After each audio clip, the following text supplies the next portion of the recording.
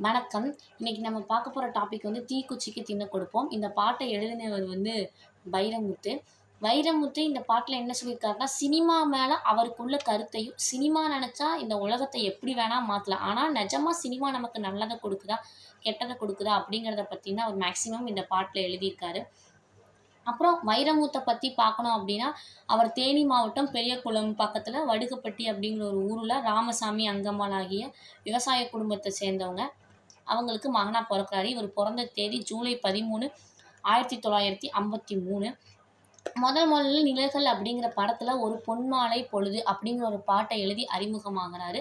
கொஞ்ச நாளுக்கு அப்புறம் இந்திய அரசோட சிறந்த பாடலாசிரியருக்கான விருது இவர் நெறைய தடவ பெற்றிருக்காரு. கள்ளிக்காட்டு இதிகாசம் அப்படிங்கிற ஒரு நாவலுக்காக தேசிய விருதும், சாகித்ய அகாதமி விருதும் அவர் வந்து பெற்றிருக்கிறாரு. தேசிய கீதம், தண்ணீர் தேசம், சிகரங்களை நோக்கி, கருவாச்சி காவியம் அப்படிங்கிறதெல்லாம் வந்து இவருடைய நூல்களாகும்.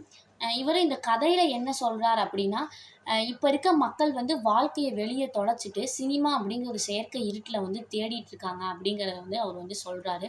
ஒரு மனுஷன் உழைக்கிறதுக்காக சிந்திய வேர்வைய விட, சினிமா டிக்கெட் வாங்குறதுக்காக சிந்தின வேர்வை தான் ரொம்ப ரொம்ப அதிகம். இப்ப இருக்க காலகட்டத்துல ஒரு சினிமா டிக்கெட் வாங்க லைன்ல நின்னு அவ்வளோ சிரமப்படுறாரு அப்படிங்கிறதையும் வந்து அவர் வந்து சொல்லியிருக்கிறாரு. மேலும் திரையரங்குகள் வந்து தேனீக்கள கூட கொசுக்களையா மாத்திருச்சு அப்படின்னும் அவர் வந்து சொல்லியிருக்காரு. நம்ம வந்து காசு குடுத்து திரையரங்குகளுக்கு நைட் நேரத்தில படம் பார்க்க போயி, நைட் நேரத்த நம்ம காசு குடுத்து அடகு வைக்கிறோம் அப்படின்னு அவர் வந்து சொல்றாரு. பகல்ல படம் பார்த்து பகலையே நம்ம அழுக்குறோம், பகலையே அழுக்காக்குறோம் அப்படிங்கிறதையும் அவர் வந்து சொல்லியிருக்கிறாரு. சினிமா அப்படிங்கிற இந்த ராட்சச இருட்டினோட கைகள பிடிச்சுக்கொண்டு மனுஷன் போக வேண்டியது இனி எவ்வளவு தூரம் அப்படிங்கிறது வந்து சொல்றாரு. மனிதன் என்ன நினைக்கிறான்னா, சினிமா அப்படிங்கிறது வந்து மயில்கள் அதோட தோகைய விரிச்சா எவ்வளவு அழகா இருக்குமோ, அதுபோல சினிமா அதோட வாழ்க்கைய வந்து தன்னோட வாழ்க்கைய வந்து மேம்படுத்தும் அப்படின்னு வந்து மனுஷன் வந்து நினைச்சிட்டு இந்த மாரி பண்ணிட்டு இருந்தான். ஆனா, நம்மளோட பொன்னான ஓய்வு நேரங்கள மீது கூட அந்த சினிமா அப்படிங்கிறது எச்சமிட்டு விட்டது. அதாவது அப்படி ஒண்ணும் நம்ம வாழ்க்கைய மேம்படுத்துறது கிடையாது சினிமா அப்படிங்கிறத வந்து அவர் வந்து சொல்றாரு. இந்த காலத்து பிள்ளைகளுக்கு இந்த ஜெனரேஷன் இளம் தலைமுறையினருக்கு பல் முளைக்கிறதுக்கு முன்பே சினிமா வந்து மீச முளைக்க வச்சுருச்சு. அதாவது சின்ன வயசுலயே ரொம்ப மெச்சூரிட்டி அவங்களுக்கு வந்து வந்துருச்சு. கல்லூரி மாணவர்கள் வந்து அவங்களோட விடுதிச் சுவர்களுக்கு வந்து வெள்ளை அடிக்க விரும்பல. ஏன்னா, அப்படி வெள்ளை கீது அடிச்சுட்டாங்கன்னா, சினிமால நடிக்கிறவங்களோட 300 முகவரிகள் எந்த முகவரியுமே இல்லாம மொத்தமா அழிஞ்சிரும் அப்படின்னு வந்து சொல்றாங்க. பணக்கார வீட்டு பெண்கள் எப்படி தினமும் ஒரு புடவை கட்டிப்பாங்களோ, அது மாதிரி இப்ப இருக்க பெண்களும் தினமும் ஒரு புடவை கட்டிக்கணும் அப்படின்னு சொல்லி நினைக்கிறாங்க. அதே மாதிரி நகரத்து சுவர்களும் தினமும் ஒரு புடவை கட்டி கொண்டிருக்குது. அதாவது சினிமாக்காக நம்ம அடிக்கிற போஸ்டர்ஸ் அதத்தான் அவங்க வந்து இந்த இடத்துல வந்து அவர் வந்து சொல்லியிருக்கிறாரு. இப்ப இருக்க காலத்துல, இப்ப இருக்க ஜெனரேஷன்ல ஒரு படத்துக்கு பாட்டு எழுத கம்பனே வந்தாலும் கம்பர் அப்படிங்கிறவர் வந்து அ தமிழ்ல வந்து ஒரு ஒரு மிகச்சிறந்த புலவர். அப்படிப்பட்ட கம்பனே வந்தாலும் சீதைய பத்தி எழுத சிலேடையில எழுதினா மட்டும் தான் அவருக்கே அந்த சினிமா கம்பெனில இடம் கிடைக்கும். அனு பல்லவிக்கே அனுமதி கிடைக்கணும்னா, சினிமால பாட அனுமதி கிடைக்கணும்னா, குமரன் கடைந்தான் பாற்கடலை, அவன் கொறித்துக் கொண்டிருந்தான் வேர்க்கடலை. இப்படியெல்லாம் பல்லவி எழுதினா மட்டும் தான் அனுபல்லவிக்கே சினிமால பாட்டு எழுத அனுமதி கிடைக்கும். சிறுகதை சூரியன் அப்படின்னு சொல்லி நம்ம வந்து செக்காவ தான் சொல்லுவோம். சிறுகதை சூரியன் அப்படிங்கிறவர் வந்து செக்காவ தான் சிறுகதை சூரியன். அவரே வந்து இங்க ஒரு படத்துக்கு வசனம் எழுத வந்தாலும், மஞ்சள் மைய தான் வந்து அவங்க வந்து நிரப்பி கொடுப்பாங்க அப்படின்னு சொல்லி அவங்க வந்து சொல்றாங்க. சினிமா இப்ப இருக்க காலத்துல சினிமா அப்படிங்கிறது ஒரு வியாபார வெளிச்சம் மட்டும் தான்.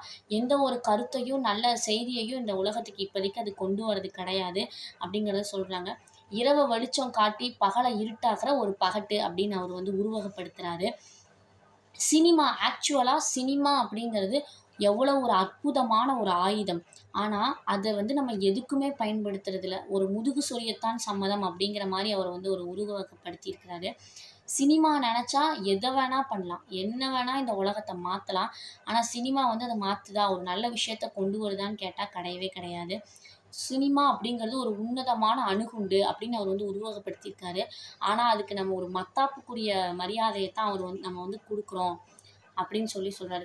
இந்த உலகத்தையே ஆள, இந்த பிரபஞ்சத்தையே ஆள ஒரு சௌகரியமான ஒரு விஷயம் தான் சினிமா.